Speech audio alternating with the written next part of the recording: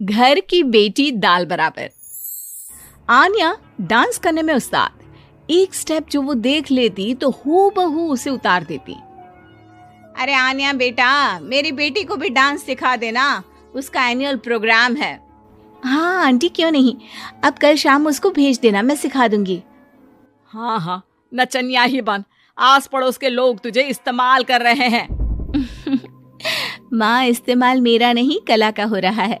नाचना एक कला है, कला। आन्या हर बात में अच्छी थी, फिर चाहे वो अच्छा व्यवहार हो या फिर लोगों की मदद करना। वो हमेशा खुद के शौक को पूरा करने के लिए व्यस्त रहती, लेकिन घर वालों को तो उसका ये काम सिर्फ समय की बर्बादी लगता है। कहाँ है आन्या? उसको बोलो कि आज शाम को खाना वही बनाएगी। सपना देख लो कि तुम्हारी बेटी घर का खाना बनाएगी। अरे आसपास के लोगों का काम करने से उसे फुर्सत मिले तब तो कहीं जाकर वो हमारे घर का काम करेगी ना। देखो ना, इकलौती बेटी, ऊपर से गैर जिम्मेदार, अब करे तो क्या करे। तभी पड़ोस की पिंकी आ जाती है। अंकल आंटी, आन्या दीदी कहाँ है? वो क्या है ना, मेरा क्लास वर्क है, वो मुझे समझ में नहीं आ रहा, तो मम्मी ने कहा कि आन्या दीदी से पूछ लो। हाँ हाँ, क्यों नहीं, खुद का तो कोई काम है ही नहीं उसे। जाओ जाओ, सीढ़ी से ऊपर चली जाओ, वही कमरे में है आन्या। एक रोज शहर में डांस कंपटीशन वाले लोग आते हैं, जहां आन्या का डांस सबको पसंद आता है। क्या बात है, छोटे से शहर में इतना टैलेंट। बेटा, कौन सिखाता है आपको? कोई नहीं सर, वो क्या है ना, मैं टीवी देखकर सीख जाती हूँ। अरे वाह, और आपके मम्मी पापा कहाँ हैं? वो नहीं आए? नहीं, वो लोग नहीं आए हैं। आन्या कंपटीशन जीत जाती है और घर में टीवी वाले आन्या का इंटरव्यू लेने आते हैं। अरे क्या है, कहाँ घुसे जा रहे हो, क्या हो गया? आप आन्या की माँ है ना? वो क्या है ना, आपकी बेटी ने डांस का कंपटीशन जीता है, हमारे शहर के लिए ये गर्व की बात है, तो हम लोग उनका इंटरव्यू लेने आए हैं। ओहो, बड़ा तीर मारा हो जैसे। अरे उसे आता ही क्या है डांस के सिवा, कुछ और करती तो शायद गर्व होता। तभी वहां आन्या आ जाती है और पत्रकारों को इंटरव्यू देती है। उसी रोज पिता के ऑफिस में। देखो तो आजकल के बच्चे कितने स्मार्ट हैं, धन्य है ऐसे बच्चों के माता पिता को। और किस्मत वाले होते हैं ऐसे माता पिता, वरना मेरी बेटी तो किसी काम की नहीं, सारा दिन बस नाच गाने में ही दिमाग लगाती रहती है। अरे वो बच्ची हमारे शहर की ही है, कितना नाम कमा रही है डांस में, हम तो उसकी बात कर रहे हैं। अच्छा, कोई डांस में भी नाम कमा सकता है? अरे दे देना भाई पेपर की कटिंग, दिखाऊंगा आन्या को भी मैं। क्या नाम बताया? आन्या? यही तो नाम है मेरी बेटी का, आन्या शर्मा। बड़े उम्मीद से रखा था कि कुछ अच्छा नाम कमाएगी, लेकिन नहीं। आजकल के बच्चों को माँ पापा की इमोशन की कदर है क्या? अरे ये देखिए, इस बच्ची का नाम भी आन्या शर्मा ही है, जो पूरे शहर का नाम रोशन कर रही है। पिता अखबार देखते हैं तो सामने बेटी की ही फोटो रहती है, लेकिन ये क्या, जिस फोटो को देखकर हर कोई गर्व कर रहा था, पिता को उस पे कुछ भी खास दिखाई नहीं देता। हमारी ही औलाद है ये, पता नहीं कब कहाँ जाकर नाम लिखवाती है, मुझे तो पता भी नहीं है। अरे शर्मा जी, जरा मिलवा दीजिए ना अपनी बच्ची से, मैं अपनी बेटी को भी ऐसा ही बनाना चाहती हूँ। मेरी बेटी को कुछ टिप्स दे देगी करियर को लेकर।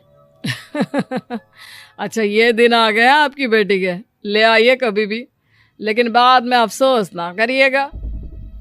सभी को आन्या के पिता की बात पर हैरानी होती है कि इतनी टैलेंटेड लड़की के माता पिता आखिर उससे चाहते क्या है। पिता घर आते हैं और माँ से कहते हैं, पता है तुम्हारी लड़की क्या कर रही है, या फिर ऐसे ही व्यस्त रहोगी हमेशा? अरे पता है मुझे, पर आपको कैसे पता चला? अरे कुछ पत्रकार आए थे, पता नहीं कहाँ कौन सा कंपटीशन जीत कर आई है। नजर रखा करो उस पर। तभी वहां पड़ोसन आ जाती है, जो पति पत्नी दोनों ही डॉक्टर होते हैं। नमस्ते भाभी, बधाई हो आपको आन्या की कामयाबी की। भाई भगवान बेटी दे तो ऐसी। कहाँ है वो? सच में आपको ऐसा लगता है कि भगवान ऐसी बेटी दे? तो ले जाइए ना अपने साथ, रखिए 2-4 दिन, खुद ही पता चल जाएगा। और नहीं तो क्या, सारा दिन करती क्या है, कहाँ रहती है, हमें तो कुछ पता नहीं होता, ना बताती है ना पूछती है। खैर देखिए, वो वक्त अब गया जब माता पिता बनकर बच्चों की परवरिश की जाती थी। अब तो बच्चों को साथ बिठाकर बात करना जरूरी है। वो क्या कहते हैं, बच्चे के दोस्त बने।